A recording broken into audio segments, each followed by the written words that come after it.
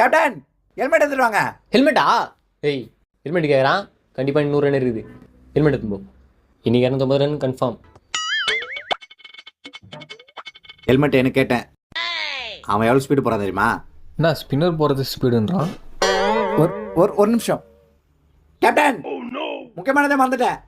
முக்கியமானது? ஏய் காடை வேற விட்டு போய்க்கிறான். இப்போ கலர் வேற ஆச்சு. ஓடு ஓடு ஓடு ஓடு. டேய் கொஞ்சம் செட்டிங் ஆயிடுச்சே. டவுன் மட்டும் எடுத்துருவேன். டவலா? கேப்டன் டவல் கேட்குறான்.